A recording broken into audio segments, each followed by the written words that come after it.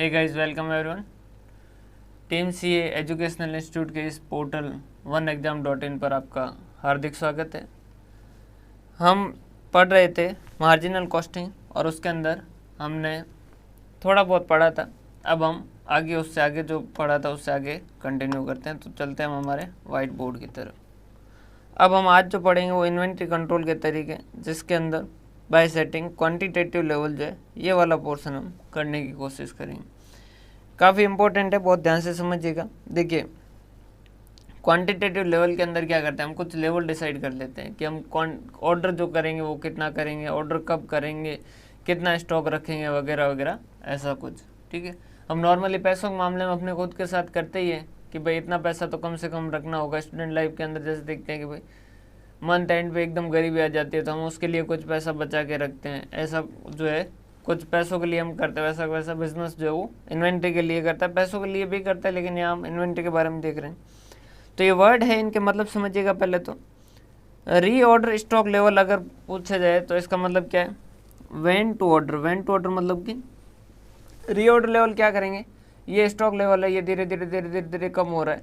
Suppose मैंने यहाँ reorder level जो है डिसाइड कर रखा है, तो यहाँ आते से मैं क्या करूँगा, आगे वाले को फ़ोन करूँगा कि भाई साहब मेरा नेक्स्ट ट्रक जो है सामान का वो वहाँ से रवाना कर दीजिए।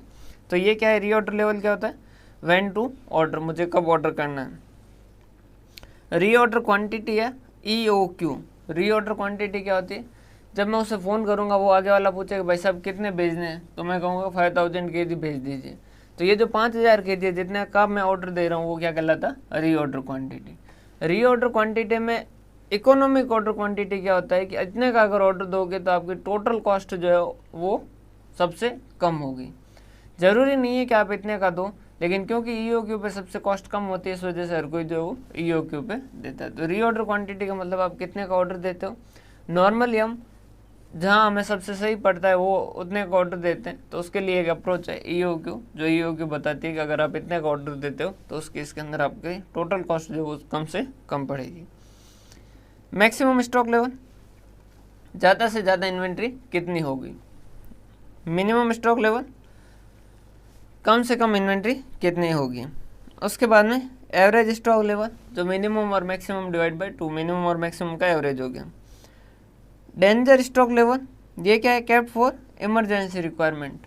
अगर कोई इमरजेंसी रिक्वायरमेंट आ जाए तो उस केस के अंदर हम जो है वो उसके लिए कुछ स्टॉक रखते हैं, उसे हम क्या कहते हैं, डेंजर स्टॉक लेवल। समझ पा रहे बात। इमरजेंसी जैसे इमरजेंसी कुछ भी हो सकती है, जैसे कि अपना कोई वैल्यूएबल कस्टमर है, उनके लिए हमने उनको कैटेगराइज कर रखा है कि अगर इनके आ जाए तो इनको हमारे यहाँ से वापस नहीं भेजना है, तो उनके लिए हो सकता है। या फिर कुछ भी प्रोडक्शन की इमरजेंसी आ गई है एकदम से, तो उस केस के अंदर उसके लिए हम क्या करते हैं, पहले से स्टॉक रखते हैं, वो डेंजर स्टॉक है। और बफर स्टॉक क्या है, टू मीट सडन डिमांड, अगर एकदम से डिमांड आ जाए।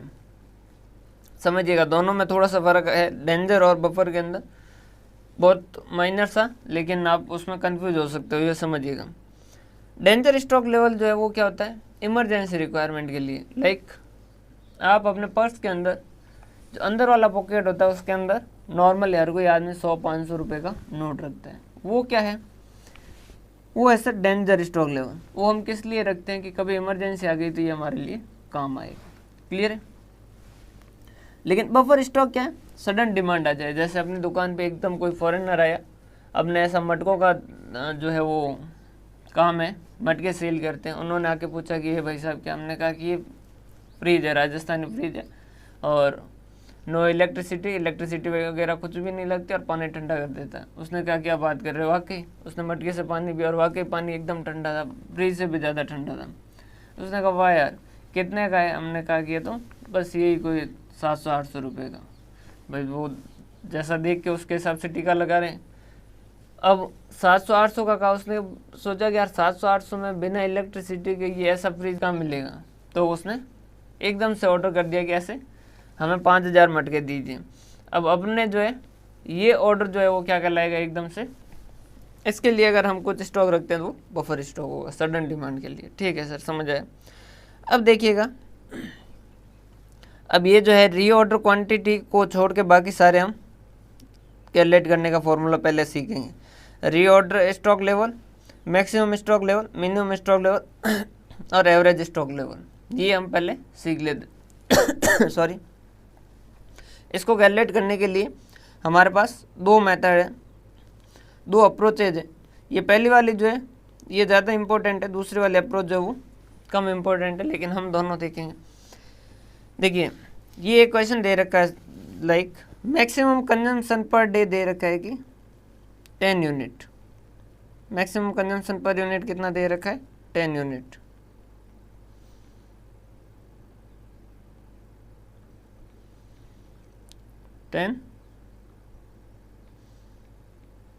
यूनिट, ठीक है। एवरेज कंजम्पशन होता है हमारा 8 यूनिट। एवरेज कंजम्पशन होता है हमारा 8 यूनिट और मिनिमम कंजम्पशन होता है 6 यूनिट। मिनिमम लीड टाइम जो है वो मैक्सिमम है, सॉरी जी मैंने गलत लिख दिया, एक सेकंड इसको मैं करेक्ट कर लेता हूँ। ये जो है ये मैक्सिमम है। मैक्सिमम लीड टाइम जो है वो 5 दिन है, एवरेज जो है वो 4 दिन है और मिनिमम जो है वो 3 दिन है। सर कुछ भी समझ नहीं आया, क्या कह रहा है क्वेश्चन? देखो एवरेज कंजम्पशन मतलब कि ऑन एन एवरेज हमारे यहाँ पर एक दिन के अंदर रॉ मटेरियल कंज्यूम होता है। वो कह रहा है अगर ज़्यादा हो तो कितना हो जाता है? 10 यूनिट कंज्यूम हो जाती है। अगर कम हो किसी दिन, मतलब कम प्रोडक्शन हो रहा है उस दिन, 6 यूनिट ही कंज्यूम होती है। और ऑन एन एवरेज नॉर्मली अगर नॉर्मल दिन हो तो उस केस के अंदर क्या होता है? 8 यूनिट कंज्यूम होती है।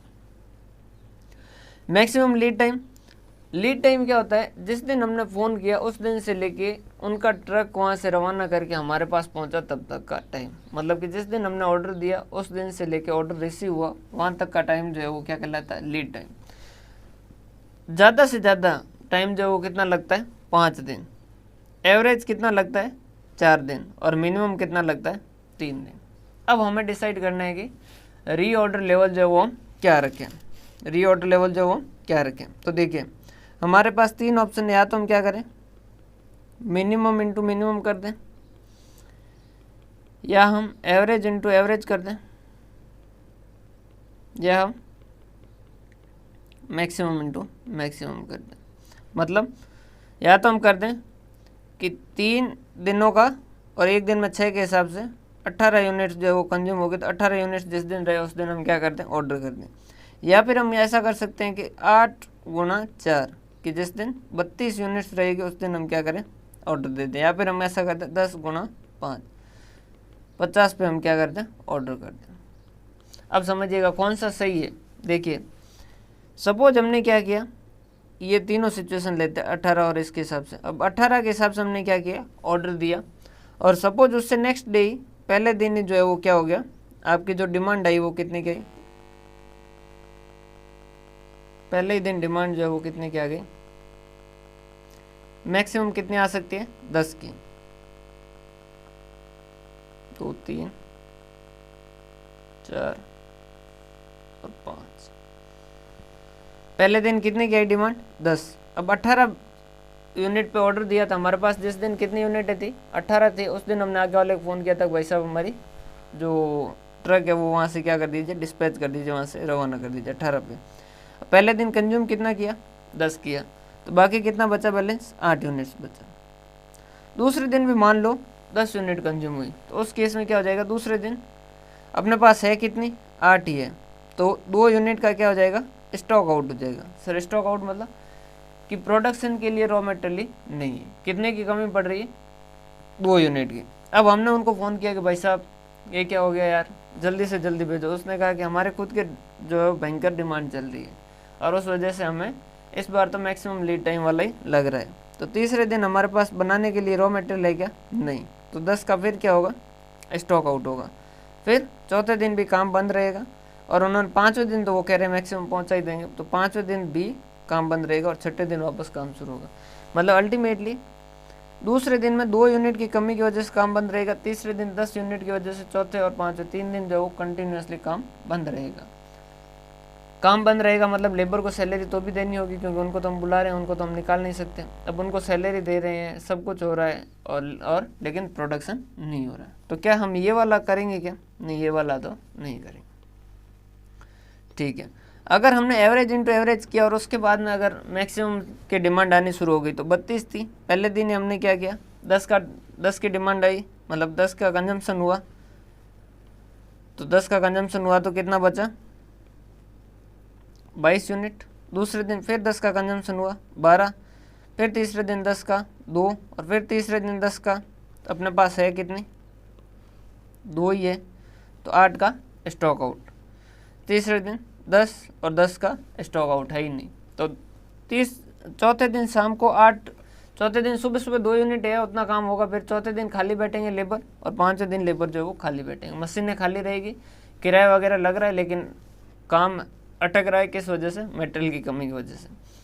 तीसरी सिचुएशन क्या करें, हम 50 के हिसाब से ऑर्डर दें, मैक्सिमम से मैक्सिमम कितना कंजम्पशन हो सकता है एक दिन के अंदर, सर 10 हो सकता है। पहले दिन 10 हुआ, बाकी बैलेंस बचा 40, फिर दूसरे दिन हुआ 30, फिर तीसरे दिन 10 हो गया 20, फिर चौथे दिन फिर 10, 5वें दिन सर 10 हो गया, 0 है। हाँ, उसके बाद में स्टॉक आउट होगा नहीं, क्योंकि उसने क्या कहा है कि मैक्सिमम 5 दिन लगेंगे, 5वें दिन शाम को तो मैं पहुँचा ही दूंगा। तो 5वें दिन शाम को तुम्हारा रीऑर्डर क्वांटिटी जो है, जो हमने नया ऑर्डर दिया था उसको कितनी यूनिट भेज दो, वो हमारे पास आ जाएगा। तो इस वाले केस में क्या होगा, कभी भी स्टॉक आउट नहीं होगा। तो रीऑर्डर लेवल हमेशा कैसे होगा, maximum multiply by maximum consumption per day multiply by maximum lead time. Clear है? क्या ये फॉर्मूला याद करने की जरूरत है? नहीं सर समझ आ गया, अब तो इसमें क्या याद करेंगे, सीधी सी तो बात है। अब बात करते हैं मैक्सिमम। देखो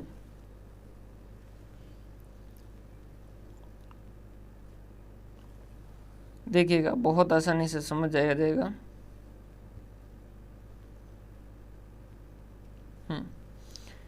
ये सपोज हमारा रीऑर्डर क्वांटिटी ऊपर से नीचे आ रहा है, नीचे आ रहा है, नीचे आ रहा है, यहाँ पर हमने ऑर्डर दे दिया।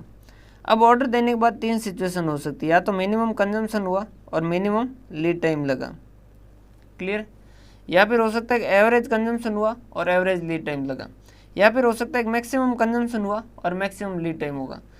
अगर हमने यहाँ 50 पे ऑर्डर दिया और उसके बाद में मैक्सिमम कंजम्पशन और मैक्सिमम लीड टाइम हुआ, तो कहाँ तक पहुँचेंगे हम, 0 तक पहुँचेंगे। मतलब अगर मैक्सिमम इंटू मैक्सिमम हुआ तो हमारा क्या होगी, यूनिटें ज़्यादा कंज्यूम होगी और ज़्यादा दिन लगे तो हम नीचे तक पहुँचेंगे, और कहाँ तक पहुँचेंगे, 0 तक। और यहाँ पर फिर हमें रीऑर्डर क्वांटिटी मिल जाएगी। तो जिस दिन रीऑर्डर क्वांटिटी मिलेगी उस दिन हमारा वापस क्या हो जाएगा, इन्वेंट्री बढ़ जाएगी। दूसरी सिचुएशन ये हो सकती है कि जैसे 50 पे ऑर्डर दिया और उसके बाद में क्या हुआ, एवरेज इंटू एवरेज हो गया, मतलब कि एवरेज कंजम्पशन शुरू हो गया। तो पहले दिन 8 हो गया, दूसरे दिन फिर 8 हो गया, तीसरे दिन फिर 8 हो गया, चौथे दिन फिर 8 हो गया।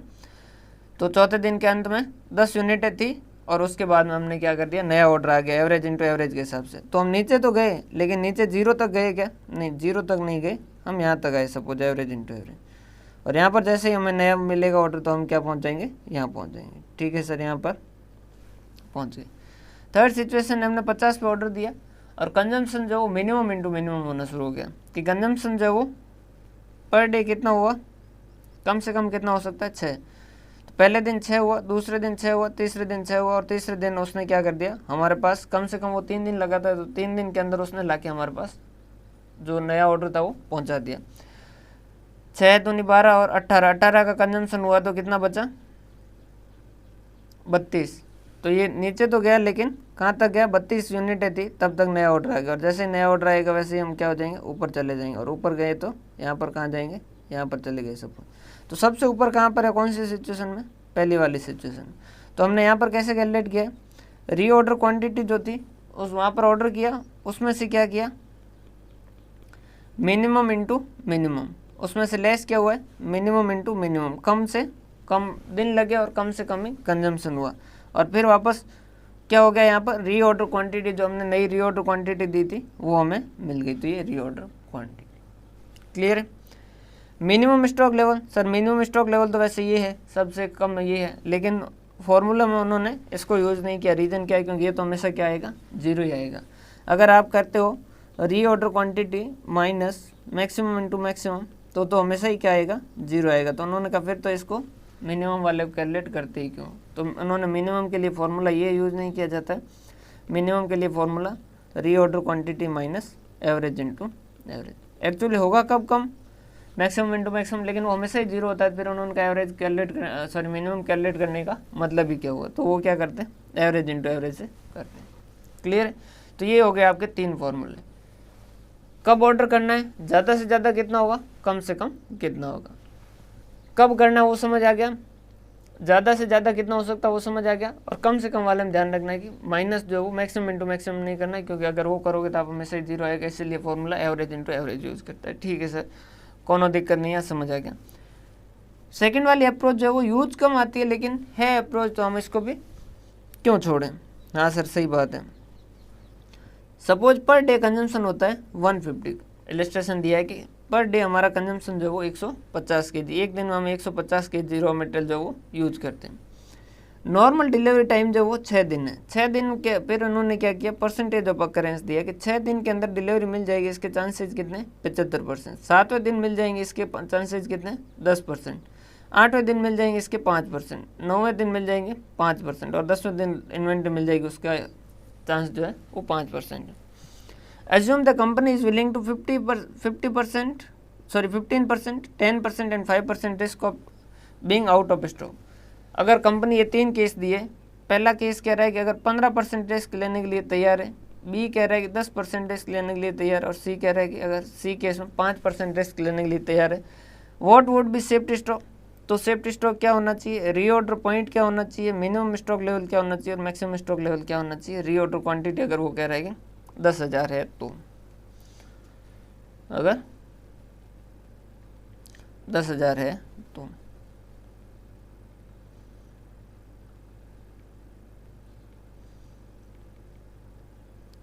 ठीक है सर।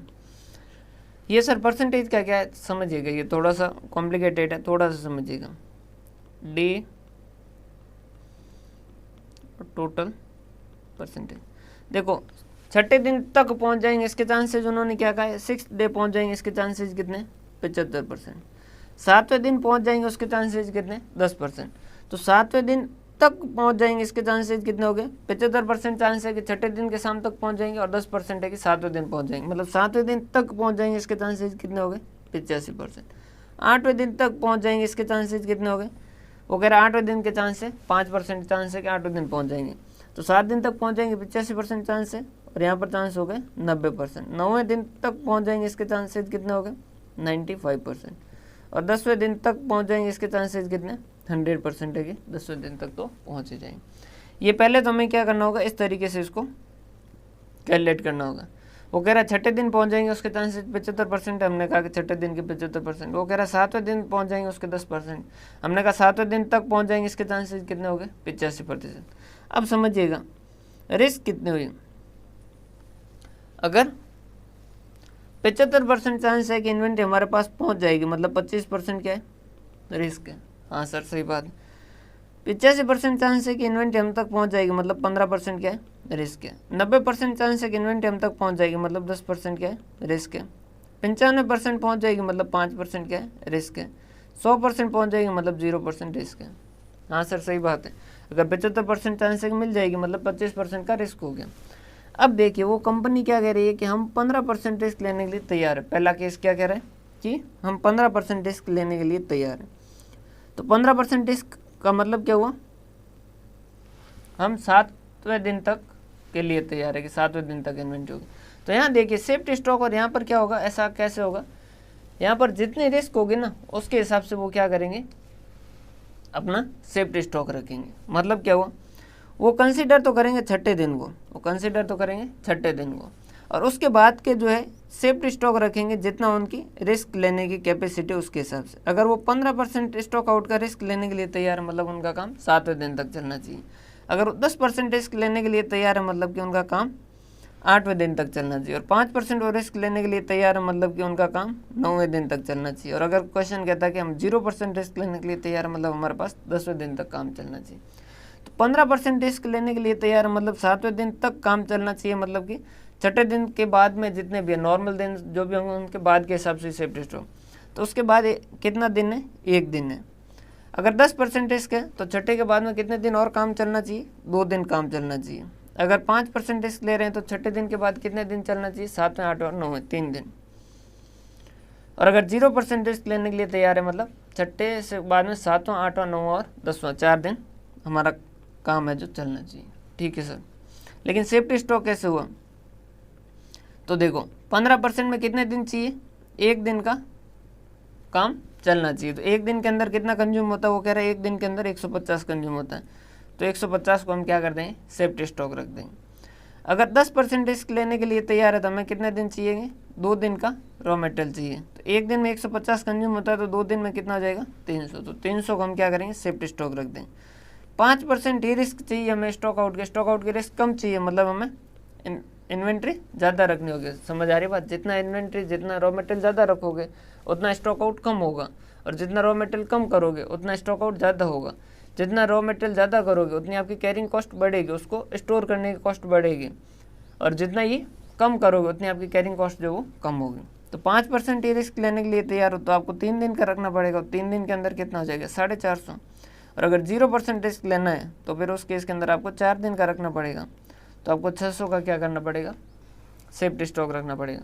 तो ये सेफ्टी स्टॉक 15% में कितना? एक दिन के लिए 150, यहाँ 300, और यहाँ 450, और यहाँ 600। सर मिनिमम का फॉर्मूला क्या होगा? जो सेफ्टी स्टॉक है वही मिनिमम है, जो शक्तिमान है वही गंगाधर है। 150, 300, 450 और 600। ठीक है सर। मैक्सिमम कितना होगा? मैक्सिमम कितना होगा यहाँ पर? मैक्सिमम को हम बाद में देखते हैं, पहले रीऑर्डर को देख लेते हैं। रीऑर्डर को देखें तो यहाँ रीऑर्डर जो है वो कैसे किया जाएगा? चलो पहले मैक्सिमम में समझा देते हैं ताकि रीऑर्डर आपको आसानी से समझ आ जाएगा। देखो मैक्सिमम यहाँ क्या है? मिनिमम कितना होगा? 150 होगा, कम से कम 150 होगा। अब 150 ये सेफ्टी स्टॉक पड़ा है, उसमें से कुछ भी कंज्यूम ना हो और पूरा का पूरा रीऑर्डर क्वांटिटी मिल जाए तो वो क्या हो जाएगा? उस दिन सबसे ज़्यादा पहुंच जाएगा। तो यहाँ पर क्या होता है? मैक्सिमम का सीधा फॉर्मूला है safety stock plus reorder quantity. अब देखिएगा भाई, यहाँ पर जो 6 डे है, 6 दिन से पहले तो पहुँचेगा नहीं। समझ आ रही बात? 6 दिन में ही पहुँचेगा, 6वें दिन ही पहुँचेगा। अब 6वें दिन जो है वो हमारे पास क्या है? सेफ्टी स्टॉक है। अगर 6ठे दिन के बाद में 7वें दिन तक पहुँचेगा तो सेफ्टी स्टॉक में से 1 दिन का कंज्यूम होगा। 8वें दिन पहुँचेगा 2 दिन का कंज्यूम होगा। 9वें दिन पहुँचेगा तो 3 दिन का कंज्यूम होगा। अब 6ठे दिन ही पहुँच जाएगा तो हमारे पास जो सेफ्टी स्टॉक उसमें से कुछ कंज्यूम हुआ क्या? नहीं, कुछ भी कंज्यूम नहीं। और उस दिन अगर मिल गया तो रीऑर्डर क्वांटिटी मिल के क्या हो जाएगी? यहाँ तक पहुँचेगा। अगर इसमें से कुछ कंज्यूम हुआ और फिर मिला तो ऊपर जाएगा, लेकिन उतना ऊपर तक नहीं जाएगा। तो उन्होंने क्या कहा? मैक्सिमम जो है वो कैसा होगा? Safety stock plus reorder quantity. मतलब पहले केस में कितना हो जाएगा? 150 प्लस कितना मंगवाया उन्होंने? 10,000। दूसरे केस में कितना हो जाएगा? 300 प्लस 10,000, 450 प्लस 10,000 और 600 प्लस 10,000। समझ पा रहे हो बात? अगर सेफ्टी स्टॉक में से कुछ भी कंज्यूम हो गया तब तो क्या हो जाएगा वो? भाई ये देखिए वो सेम ऊपर जो डायग्राम बनाया है, ये इस दिन हमारा क्या है? सेफ्टी स्टॉक है। अब सेफ्टी स्टॉक पूरा पड़ा है और रीऑर्डर क्वांटिटी आ गई तब तो ये यहाँ तक पहुँचेगा। अगर इसमें से भी कुछ कंज्यूम हो गया, सपोज ये यहाँ पर आ गया, तो ये पहुँचेगा ऊपर, लेकिन कहाँ तक जाएगा? यहाँ तक जाएगा। अगर इसमें से और कुछ कंज्यूम हो गया होता तो ये कहाँ तक पहुँचता? यहाँ तक पहुँचता। और कुछ कंज्यूम होता तो उसके बाद में कहाँ तक पहुँचता? यहाँ तक पहुँचता। सबसे हाईएस्ट कहाँ है? यहीं पर है। तो ये क्या है?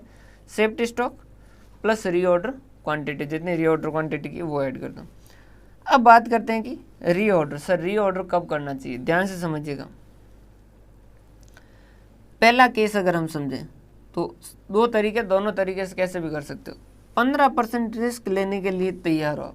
15% रिस्क लेने के लिए तैयार हो मतलब आपका काम 7 दिन तक चलना चाहिए, 7वें दिन तक चलना चाहिए। ठीक है, तो 7 दिन का टोटल इन्वेंट्री जब रहेगा उस वक्त आपको क्या कर देना चाहिए? ऑर्डर कर देना चाहिए। सर 7 दिन का इन्वेंट्री कितना? एक दिन में 150 यूज होता है, तो 7 दिन में कितना होगा? 7 × 150, 1050 पे आपको ऑर्डर दे देना चाहिए। कितने पे ऑर्डर दे देना चाहिए? 7 × 150 पे। अगर आप रिस्क लेने के लिए तैयार हो सिर्फ 10%, मतलब आपका काम कब तक चलना चाहिए, 8वें दिन तक चलना चाहिए। 8वें दिन तक चलना चाहिए मतलब कि 8 दिन आपका काम चलना चाहिए। तो 8 × 150, जिस दिन आपका इन्वेंट्री जो है वो 1200 पे हो उस दिन ही ऑर्डर कर देना चाहिए ताकि आपका काम चलता रहे। तो यहाँ पर 8 × 150। अगर आप 5% ही रिस्क लेना चाहते हो, मतलब कि आप 5% मतलब कि 9 दिन तक काम चलना चाहिए, तो मतलब 9 × 150 कितना हो गया, 1350। और अगर आप कुछ भी रिस्क नहीं लेना चाहते तो आपका 10 दिन का स्टॉक जिस दिन बचे उसी दिन फ़ोन कर दीजिएगा, ताकि ज़्यादा से ज़्यादा 10 दिन का कंज्यूम होगा, तब तक तो वो पहुंचा ही देगा, 100% है, तो आपका कोई रिस्क नहीं बचेगा। तो यहाँ पर कितना हो जाएगा, 10 ×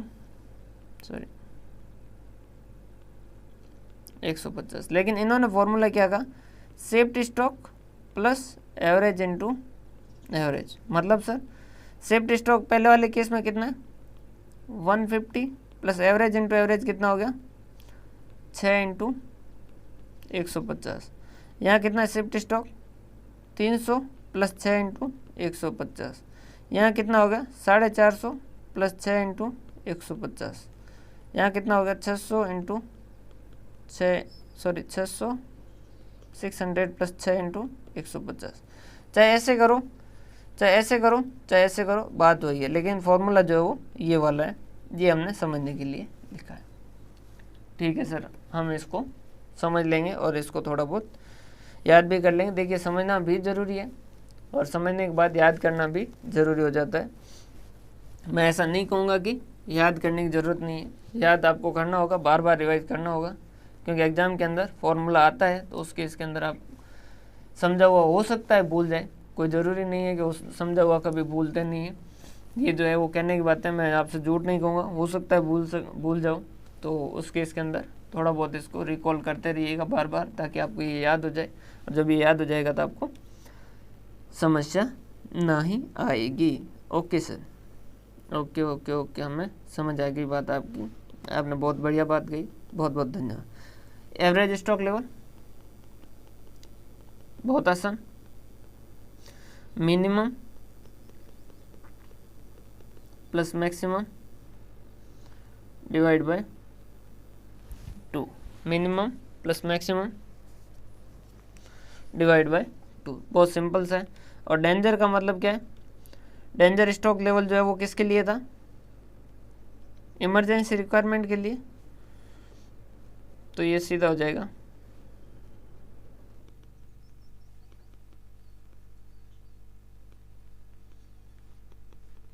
multiply by emergency lead time. Emergency lead time में कितने दिन पहुंचा देता है उसके हिसाब से हो जाएगा। रेयर यूज होता है लेकिन है फॉर्मूला, तो देखना पड़ेगा, आपको याद करना पड़ेगा। क्लियर है। अब मेन क्वेश्चन जो है वो आया कि कितने का ऑर्डर दें। अब ध्यान से समझिएगा, ऑर्डर कम दोगे तो क्या होगा, ऑर्डर ज़्यादा दोगे तो क्या होगा। अगर ऑर्डर कम दोगे तो आपको क्या होगा, बार बार ऑर्डर देने पड़ेगा, बार बार ऑर्डर दोगे तो आपकी ऑर्डरिंग कॉस्ट लगेगी। ऑर्डर ज़्यादा दोगे तो क्या होगा, ऑर्डर आपको कम बार देने पड़ेंगे, ऑर्डर तो आपको कम बार देने पड़ेंगे, लेकिन इन्वेंट्री आपके साथ पास एकदम से ज़्यादा आ जाएगी। तो उस केस के अंदर आपको क्या करना पड़ेगा, उनको कैरी करके रखना पड़ेगा, और उनको कैरी करके रखना पड़ेगा तो मतलब कैरिंग कॉस्ट लगेगी। कैरिंग कॉस्ट मतलब बहुत सारी होती है। कैरिंग कॉस्ट के अंदर आ गया ऑब्सोलेंस, आपने ज़्यादा मंगवाई तो हो सकता है कि पुराना हो जाए और वो काम का नहीं बचे। ज़्यादा खरीदोगे तो आपको उसका पैसा देना पड़ेगा, तो उसके ऊपर जो ब्याज कमा सकते थे वो ब्याज नहीं कमा पाओगे, तो वो नॉशनल कॉस्ट है, उसको भी हम कंसिडर करते हैं, वो भी आपकी कैरिंग कॉस्ट होगी। उस इन्वेंट्री को लेके आओगे तो उसको स्टोर करके रखना पड़ेगा, स्टोर करके रखोगे तो वहाँ भी कुछ कॉस्ट इनकर होगी, भाई ऐसे फ्री में तो होगा नहीं, गोदाम वगैरह लेना पड़े, उसका किराया लगेगा, तो उसके लिए भी कॉस्ट लगेगी। समझ आ रही बात। तो हम ज़्यादा मंगवाते हैं, अगर हमारी ऑर्डर साइज जो है वो ऑर्डर साइज, कैरिंग कॉस्ट और ऑर्डरिंग कॉस्ट, अगर ऑर्डर साइज बढ़ाते हैं, मतलब बड़ा ऑर्डर देते हैं, तो कैरिंग कॉस्ट भी क्या होगी, बढ़ेगी, क्योंकि ज़्यादा यूनिट आएगी, ज़्यादा यूनिट को कैरी करना पड़ेगा। लेकिन ऑर्डर कम बार देने पड़ेंगे, इस वजह से ऑर्डर कॉस्ट जो वो कम होगी। अगर ऑर्डर साइज कम कर दें तो उस केस के अंदर कैरिंग कॉस्ट कम होगी, क्योंकि कम यूनिट आएगी तो कम यूनिट कैरी करनी पड़ेगी, लेकिन ऑर्डर बार बार देने पड़ेंगे, इस वजह से ऑर्डरिंग कॉस्ट आ जाएगी। तो कितना ऑर्डर दें, तो उसके लिए एक अप्रोच है जिसको हम क्या कहते हैं, EOQ, इकोनॉमिक ऑर्डर क्वांटिटी। कोई भाई साहब थे जिन्होंने ये क्या की थी, थ्योरी दी थी इकोनॉमिक ऑर्डर क्वांटिटी, और जिन्होंने ये दी थी उन्होंने क्या कहा, उन्होंने ये माना कि हमें क्या है, उन्होंने एजम्पशन माना, उन्होंने जो फॉर्मूला यूज किया उस फॉर्मूले में जो इन्फॉर्मेशन थी जो यूज किए, ये माना है कि उन्होंने माना है कि वो चीज़ें हमें पता है और वो चीज़ें वैसी ही रहेगी। तो उन्होंने फॉर्मूला क्या दिया, देखिएगा ध्यान से समझिएगा, 2AO डिवाइड बाई C। अब कोई अलग अलग लिखता है उसको, उसमें मत घुसिएगा कि सर ये कुछ बुक्स के अंदर A की जगह B लिखा है, तो वो तो अल्टीमेटली A का मतलब क्या है वो देखिए। A का मतलब लिखा गया है annual demand of raw material. एक मिनट, इसको यहाँ अलग से लिखते हैं ताकि इसमें जो पॉइंट हाईलाइट करने हो वो लिख सकें। ए का मतलब है annual demand of raw material.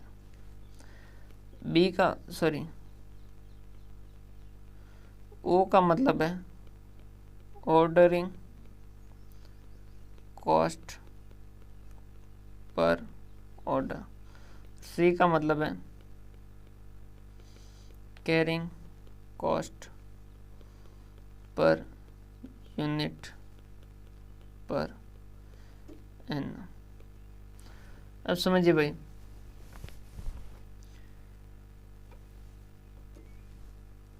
सबसे पहला हाईलाइट करने वाला पॉइंट है एनुअल डिमांड। जो है वो कौन सी लेंगे फॉर्मूले के अंदर, एनुअल। अगर डिमांड दे रखी है मंथली तो उसे 12 से गुणा करके एनुअल बनाना होगा। अगर डिमांड दे रखी है क्वार्टरली तो उसे 4 से गुणा करके एनुअल बनाना होगा। पहला पॉइंट ये।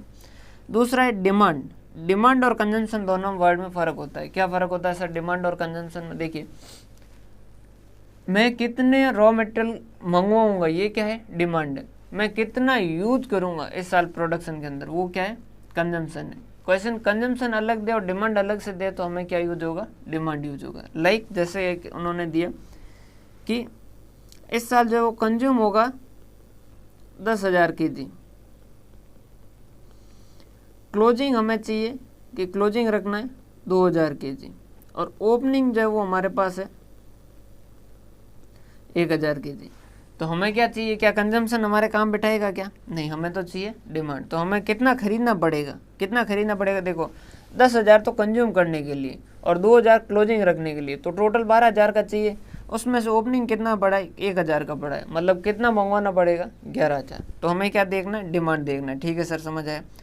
अब रॉ मटेरियल, कई बार क्वेश्चन क्या करता है, ये कि ये इन्फॉर्मेशन उन्होंने क्या किया, सपोज फिनिश गुड्स की दी, ये इतना फिनिश गुड्स वगैरह चाहिए, और फिर उन्होंने कहा कि एक यूनिट के लिए 2.5 kg चाहिए। तो हम क्या कहेंगे कि 11,000 यूनिट के लिए कितना चाहिएगा, 11,000 यूनिट के लिए कितना परचेज करना होगा, 11,000 यूनिट इंटू 2.5।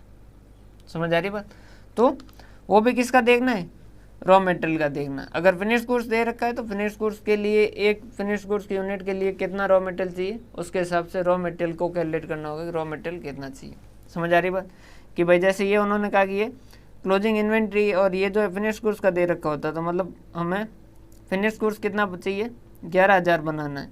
अब एक यूनिट को बनाने में 2.5 kg लगते हैं, तो 11,000 के लिए कितना लगेगा, 11,000 इंटू 2.5। तो यहाँ पर हमें क्या देखना है, रॉ मटेरियल देखना है। क्लियर है सर?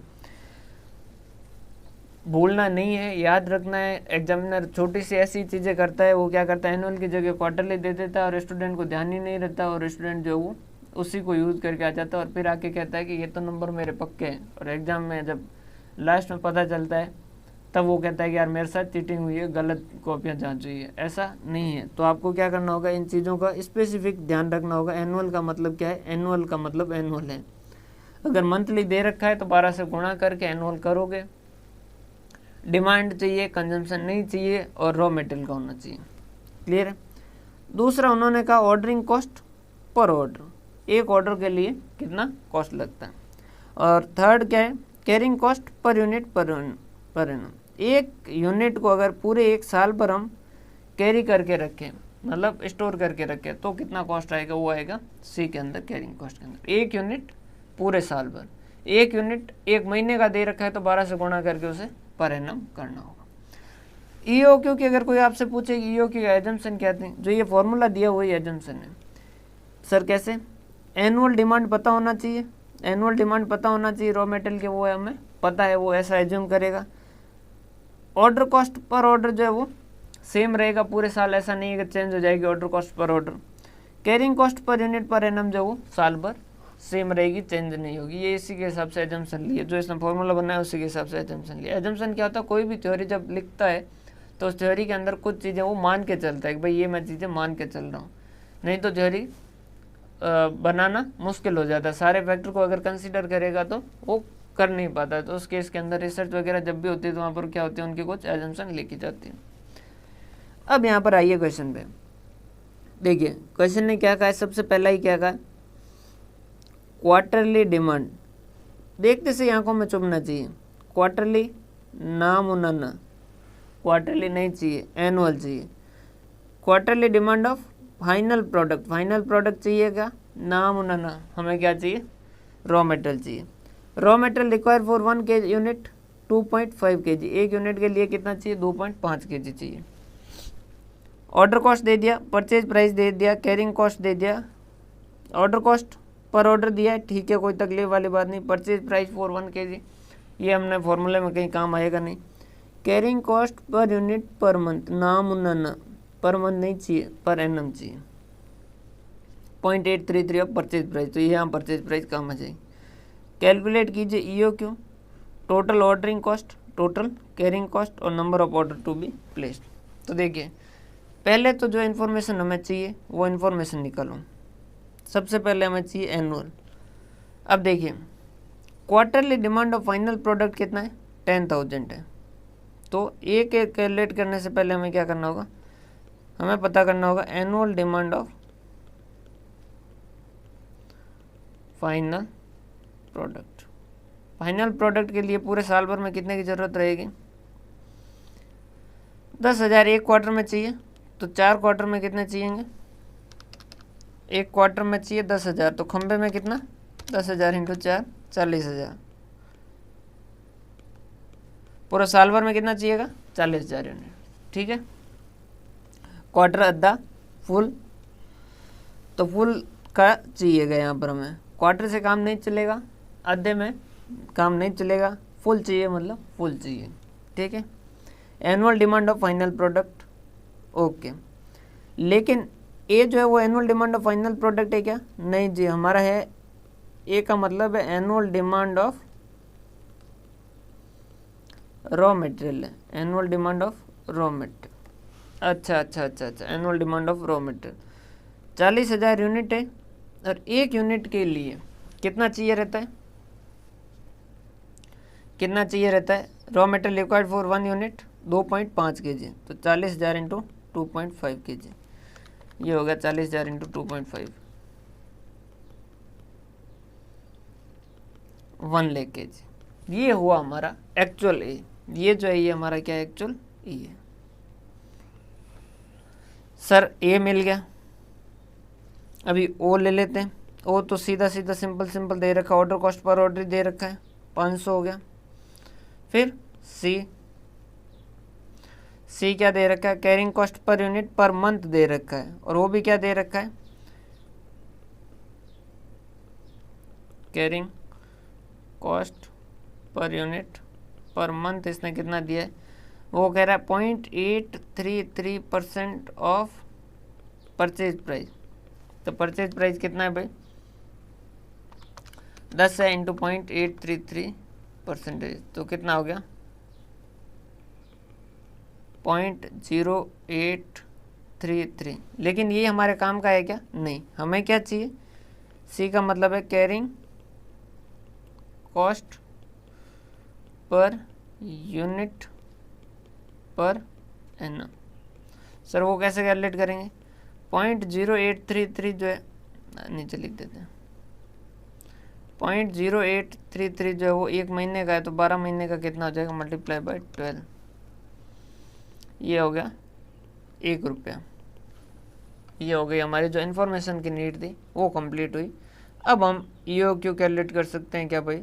हाँ, EOQ कैलकुलेट कर सकते हैं। कैसे? EOQ is equal to 2AO divide by C। 2 A की जगह कितना रखना है? 1 लाख, O की जगह 500 और C की जगह कितना है? 1। 2 इंटू 1 लाख इंटू 500 और ये, तो ये कितना हो गया? 10,000 kg। तो एक ऑर्डर अगर आप 10,000 का दोगे तो उस केस के अंदर आपकी टोटल कॉस्ट जो है वो सबसे कम होगी। सर हम ऐसा क्यों मान लें कि 10,000 पे सबसे कम से कम होगी? तो भाई 10,000 पे तो मैं कैलकुलेट कर लेता हूँ 10,000 के ऑर्डर पे। तो अगर उससे कोई पीछे और आगे जो है वो आप ऑर्डर साइज रख के देख लीजिएगा, कोई अगर 10,000 वाले से कम आ जाए तो आप मुझे बता दीजिएगा। अगर 10,000 के ऑर्डर दोगे, अगर आप ऑर्डर 10,000 के दोगे तो उस केस के अंदर आपकी परचेज प्राइस कितनी रहेगी? देखो परचेज प्राइस तो 10 रुपये, वैसे ये ऑर्डर साइज से कोई चेंज पड़ेगा नहीं। टोटल आपको कितनी मंगवानी साल भर के अंदर? 1 लाख मंगवानी, तो 10 के हिसाब से कितना लगेगा? 10 लाख रुपए लगेगा। अब ध्यान समझिएगा ऑर्डर कॉस्ट कितनी लगेगी? ऑर्डर कॉस्ट, तो ऑर्डर कॉस्ट कितनी लगेगी सर? 1 लाख टोटल मंगवाने हैं, एक बार में कितना मंगवा रहे हो?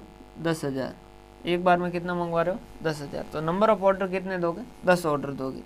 एक ऑर्डर पे कॉस्ट कितनी लगती है? एक ऑर्डर पे कॉस्ट कितनी लगती है? एक ऑर्डर पे कॉस्ट लगती है 500, तो 500 इंटू 10 कितना हो गया? 5,000। अब ये जो है वो ध्यान समझिएगा, कैरिंग कॉस्ट है, इसके अंदर बहुत सारे स्टूडेंट्स को बहुत सारे डाउट रहते हैं, इसलिए इसको थोड़ा सा ध्यान समझिए। आप एक बार में ऑर्डर दोगे कितनी? 10,000 यूनिट, तो क्या कैरिंग कॉस्ट 10,000 पे लगेगी क्या? नहीं, जिस दिन ऑर्डर दोगे उस दिन 10,000 यूनिट होगी। फिर इसमें से कंज्यूम होते हैं शुरू होगी धीरे धीरे धीरे धीरे धीरे, और फिर वापस कब आए, कहाँ तक पहुँचेगी? 0 तक। फिर वापस क्या होगी? 10,000 होगी। समझ पा रहे बात? ये जिस दिन ऑर्डर दिया उस दिन ये 10,000, फिर इसमें से कंज्यूम होते होते यहाँ 0 पे आई, फिर वापस ऑर्डर दिया और ऑर्डर आया 10,000, फिर कंज्यूम होते होते ये यहाँ पर पहुँची, फिर ऑर्डर दिया आया फिर 10,000, फिर ये कंज्यूम होते होते 0 पे आई, फिर ऐसा हुआ, फिर ये ऊपर गया और फिर नीचे। तो ऑन एन एवरेज यूनिट क्या हम हमेशा 10,000 कैरी करते हैं? नहीं। क्या हम हमेशा 0 करते हैं? नहीं। तो ये क्या कहता है? ऑन एन एवरेज आप कितना करते हो? इसका आधा करते हो। तो कैरिंग कॉस्ट हमेशा क्या की जाती है? जितना ऑर्डर साइज होता है उसका आधे का ही कंसिडर किया जाता है। तो 10,000 का 10,000 पे नहीं लगेगी, 10,000 डिवाइड बाई 2, क्योंकि आधे दिन 10,000 से 5,000 से ज़्यादा, आधे दिन 5,000 से कम है। 5,000 यूनिट को कैरी करना है और एक यूनिट को कैरी करने में 1 रुपया लगता है, तो 5,000 यूनिट को कैरी करने में कितना लगेगा? 5,000। तो टोटल कितना हो गया? 10,10,000। अब ऑर्डर साइज कुछ भी कर लो 10,000 के अलावा, ये 10,10,000 से ज़्यादा ही होगा, उससे कम नहीं होगा। EOQ पे टोटल ऑर्डरिंग कॉस्ट और टोटल कैरिंग कॉस्ट जो वो हमेशा क्या रहेगी? इक्वल रहेगी। तो अगर कभी क्वेश्चन टोटल ऑर्डरिंग कॉस्ट दे दे और टोटल कैरिंग कॉस्ट नहीं दे, तो आप क्या कर सकते हो? टोटल ऑर्डरिंग कॉस्ट को टोटल कैरिंग कॉस्ट लिख सकते हो। EOQ पे दोनों सेम रहेगा। क्लियर है? बाकी इस क्वेश्चन में और अगर वो ज़्यादा बनाना चाहता तो वो क्या कर सकता था? वो ऐसा भी दे सकता था कि फाइनल प्रोडक्ट जो है उसकी रिक्वायरमेंट कितनी है, फाइनल प्रोडक्ट का प्रोडक्शन जो है वो दे सकता था कि भाई 10,000 करना है और उसका फाइनल प्रोडक्ट का क्लोजिंग जो है वो चाहिए 2,000 और फाइनल प्रोडक्ट का ओपनिंग जो है वो चाहिए, पड़ा है मतलब 1,000। वैसा वैसा रॉ मटेरियल का वो दे रखा है कि क्लोजिंग जो है वो 10,000 और ओपनिंग जो है वो 5,000, और वो कह रहा है कि 1 यूनिट के लिए 2.5 kg। अगर ऐसा दे दे, इतना बड़ा क्वेश्चन दे दे, ये वैसे ऐसे नहीं आते लेकिन फिर भी हम ये सिचुएशन को भी यहीं कंसिडर कर लेते हैं। वो कह रहा है कि हमें इस साल प्रोडक्शन करना है 10,000 का, और 2000 का क्लोजिंग स्टॉक रखना है। मतलब टोटल हमें कितना चाहिएगा, 12000 का प्रोडक्शन करना है। वो कह रहा है जिसमें से 1000 हमारे पास पड़ा है, मतलब हमें इस साल कितना बनाएंगे, 11000 बनाएंगे। अब वो कह रहा है एक के लिए 2.5 kg चाहिए, तो 11000 के लिए कितना चाहिएगा, 11000 इंटू 2.5 2.5 कितना, 27,500। लेकिन क्या 27,500 हम परचेज करेंगे क्या, नहीं, क्योंकि हमें क्लोजिंग रखना है कितना, 10,000। तो 27,500 तो कंज्यूम होगा और 10,000 क्लोजिंग के लिए, तो टोटल कितना चाहिए, 37,500 का रॉ मटेरियल चाहिए, जिसमें से 5,000 का हमारे पास अभी पड़ा है। तो बाकी कितना बचा, 32,500। तो हम कितना परचेज करेंगे, 32,500। तो ये जो होगा वो कितना होगा, 32,500। इससे बाहर ईओक्यू का कुछ भी नहीं आएगा। ईओक्यू में जो मैंने आपको पॉइंट बताए उनका विशेष ध्यान आपको रखना है, तो आपके क्वेश्चन जो है वो गलत नहीं होगा। अब ईओक्यू में भी सेकंड पार्ट ये होता है कि अब जैसे हम ईओक्यू कैलकुलेट करके गए कि भाई हम जो है वो ऑर्डर कितना देंगे, हमने कितना कैलकुलेट किया था यहाँ पर ईओक्यू 10,000 किया था कि हम 10,000 का ऑर्डर देंगे, 10,000 से ज़्यादा का ऑर्डर नहीं देंगे। उसमें सब एक क्वेश्चन और भी पूछा था, टोटल ऑर्डरिंग कॉस्ट और टोटल कैरिंग कॉस्ट कैलकुलेट कर दिया था। Number of order to be placed अगर पूछा है तो वो हमने कैलकुलेट वैसे कर ही लिया था कि 1 लाख यूनिटें खरीदनी और एक बार में 10,000 मंगवा रहे हैं, मतलब 10 ऑर्डर देना है। और वो पूछ ले कि 2 ऑर्डर के बीच में कितने दिनों का गैप होगा, तो टोटल 365 दिनों में 10 ऑर्डर देगा, तो 2 ऑर्डर के बीच में कितने दिनों का होगा, 36.5 दिनों का गैप होगा। ऐसा भी पूछ ले तो ये भी आपको पता होना चाहिए। क्लियर है सर, ये तो वैसे कर लेते हैं। हाँ मुझे पता है आप होशियार तो हो, लेकिन मैं क्या है थोड़ा एक्स्ट्रा सिक्योर रहना चाहता हूँ कि कहीं कोई आपसे नादानी ना हो जाए। उम्र नादानी की है, इस उम्र में नादानी हो जाती है, तो ऐसी गलतियाँ ना हो जाए जिसके लिए आपको बाद में पछताना पड़े, तो मैं आपको पहले ही वो आगाह कर दूँ। क्लियर।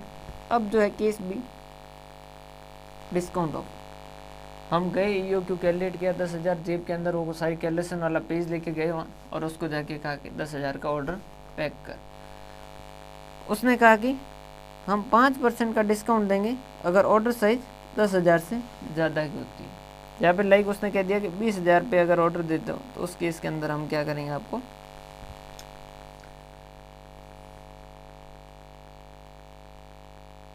ऑर्डर साइज ऑफ 20,000 कर दीजिएगा। एक सेकंड इसको ना, इसको 20,000 कर देते हैं।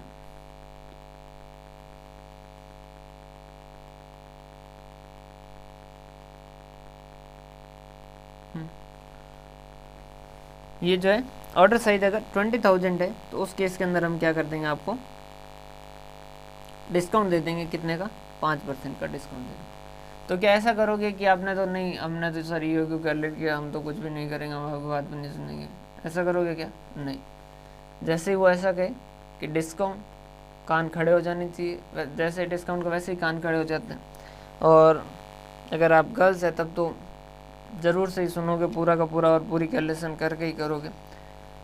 लेकिन लड़कों आपको भी समझदार होना होगा अगर क्वेश्चन सही करना है तो, और डिस्काउंट वाले केस के अंदर आपको भी ध्यान रखना होगा। क्या ध्यान रखना होगा, अगर वो आगे वाला डिस्काउंट की बात कर देना, तो उस पहले तो ईओक्यू वाले पन्ने को है ना निकाल लीजिएगा और उसको कहिएगा 2 मिनट रुक जा, बाद में देखेंगे कि तुझे फाड़ना है या तुझे रखना है, तुझे छोड़ दिया जाए या तुझे प्यार किया जाए, वो हम बाद में बताएंगे। या फिर डिस्काउंट क्वांटिटी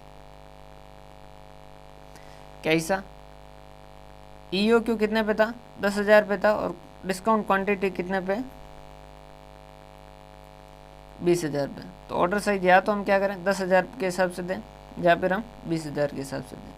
अब यहाँ पर ध्यान से समझिएगा, परचेज प्राइस जो है वो कितनी होगी, टोटल 1 लाख यूनिटें खरीदनी है। वो क्या कह रहा है, सेम ही क्वेश्चन है, 10,000 यूनिट जो क्वार्टरली डिमांड तो साल की हो गई 1 लाख, 2.5 kg के हिसाब से हो गई 1 लाख, और ये सॉरी 40,000 हो गई एनुअल डिमांड, और ये 2.5 के हिसाब से 1 लाख का रॉ मटेरियल का कंजम्पशन होता है। तो 1 लाख का यहाँ पर ईओक्यू पे तो कितना था, 10 के हिसाब से, तो यहाँ कितने पैसे लग रहे थे हमारे, 10 लाख। लेकिन वो कह रहा है कि अगर ऑर्डर साइज 20,000 किया तो हम क्या करेंगे, 5% डिस्काउंट देंगे, मतलब 10 रुपये की जगह 10 में से 5% डिस्काउंट देंगे, मतलब रेट क्या हो जाएगी 9.5 हो जाएगी। तो उस केस के अंदर कितना हो जाएगा 1 लाख मल्टीप्लाई बाय 9.5, तो यहाँ कितना लगेगा 9,50,000। ऑर्डर कॉस्ट, यहाँ ऑर्डर कितने देने होंगे 1 लाख है और एक बार में ऑर्डर कितने देते हो 10,000 का, तो 10 ऑर्डर दोगे और एक ऑर्डर पे कितना लगता है 500, तो कितना लगेगा 5,000। यहाँ पर 1 लाख मंगवाने और एक बार में कितना मंगवा रहे हो 20,000, तो कितने ऑर्डर दोगे 5 ऑर्डर दोगे और एक ऑर्डर पे 500 लगता है, तो कितने लगेंगे 2500 रुपये। कैरिंग कॉस्ट, यहाँ 10,000 मंगवा रहे हो, 10,000 पे लगता है क्या, नहीं 10,000 डिवाइड बाई 2 मतलब 5,000 पे लगता है, और एक यूनिट को कैरी करने में कितना लगता है 0.833% of purchase price per month, मतलब 0.833 को 12 से मल्टीप्लाई कर तो सीधा कितना हो गया 10% ऑफ परचेज प्राइस। 1 रुपया था वो सीधा सीधा वैसे ही कर रहे हैं, तो 10 का 1 रुपया मतलब कि 10 रुपये का 10% मतलब 1 रुपया, तो 5,000 के हिसाब से ये कितना था 5,000 सर, ये तो कैलकुलेट किया था। अब यहाँ पर एक चीज़ ध्यान रखिएगा, यहाँ ऑर्डर दे रहे हो 20,000 का, तो कैरिंग कॉस्ट कितने पे कैलकुलेट करोगे 20,000 डिवाइड बाई 2 10,000 पे। लेकिन यहाँ एक चीज़ ध्यान से सुनिएगा, बहुत ध्यान से सुनिएगा, समझिएगा। यहाँ वो क्या कह रहे हैं कि डिस्काउंट देंगे 5%, तो अब परचेज प्राइस कितनी हो गई 9.5। अब कैरिंग कॉस्ट दो तरीके से हो सकती है, या तो वो कहता है carrying cost per unit per annum जो है 1 रुपये, तब तो उस केस में तो कितना आता है 1 रुपया। लेकिन यहाँ पर क्या कहा गया, ध्यान से सुनिएगा, ये छोटी सी गलती और लगभग हर स्टूडेंट करता है। यहाँ पर उसने क्या कहा 10% ऑफ परचेज प्राइस। अब यहाँ परचेज प्राइस क्या हो चुकी है, चेंज हो चुकी है, मतलब यहाँ क्वांटिटी जो परचेज प्राइस जो 10 लग रही है क्या, नहीं 9.5 लग रही है, तो यहाँ पर 9.5 का 10% होगा, 9.5 का 10% कितना हो गया 0.95, ये समझिएगा। अगर यहीं पर लिखा होता carrying cost per unit per annum जो है वो 1 रुपया है, तो ये 1 का 1 ही रहता, चेंज नहीं होता। लेकिन यहाँ उन्होंने क्या कहा 10% ऑफ परचेज प्राइस, तो उस केस में जब परचेज प्राइस चेंज होगी तो उसके साथ साथ उसकी कैरिंग कॉस्ट भी चेंज होगी, क्योंकि वो परसेंटेज किसका है परचेज प्राइस का, तो परचेज प्राइस के साथ ये भी चेंज होगी। क्लियर है, तो ये कितना हो गया 10,000 इंटू 0.95 9500। दोनों का टोटल कीजिए, जो कम आए वो सेलेक्ट कर लीजिए, लगभग यही कम आएगा 9,50,000 प्लस 2500 प्लस 9,500, ये आ रहा है 9,62,000, और ये कितना था 10,10,000 था, ऐसा कुछ था, ऊपर ही कैलकुलेट किया। तो हमें क्वांटिटी के हिसाब से ये डिस्काउंट के हिसाब से ऑर्डर कर देना चाहिए। इसके बाद में थर्ड टाइम हम उस शॉप पे गए, हमने कहा कि भाई साहब EOQ कैलकुलेट करके गए 10,000, और हमने कहा कि एक वो डिस्काउंट ऑफर दोगे ना, तो भी हम कैलकुलेशन कर लें। उसने कहा कि प्राइस सुन लीजिए, अगर आप 10,000 तक का ऑर्डर देते हो, अगर आप ऑर्डर जो है वो आपका ऑर्डर साइज जो है वो कितना है 10,000 तक का है, तो उस केस के अंदर आपके जो प्राइस लगेगी वो कितनी लगेगी पर यूनिट 10 रुपये। हमने कहा ठीक है।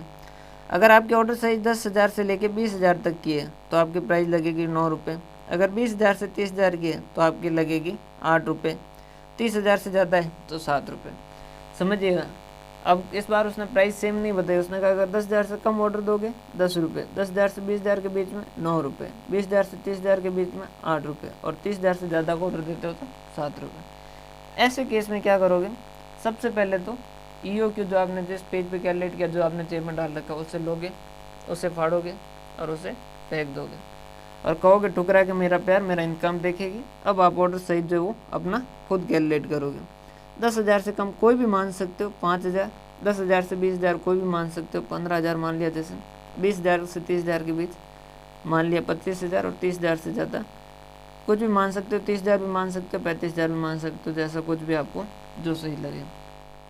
यहाँ परचेज कॉस्ट कैलकुलेट करोगे 10 के हिसाब से, 15,000 में 9 के हिसाब से, 25,000 में 8 के हिसाब से, 35,000 में 7 के हिसाब से। फिर वहाँ पर ऑर्डर कॉस्ट कैलकुलेट करोगे, कैरिंग कॉस्ट कैलकुलेट करोगे, टोटल कॉस्ट कैलकुलेट करोगे, और जो सबसे कॉस्ट कम आएगी उसी को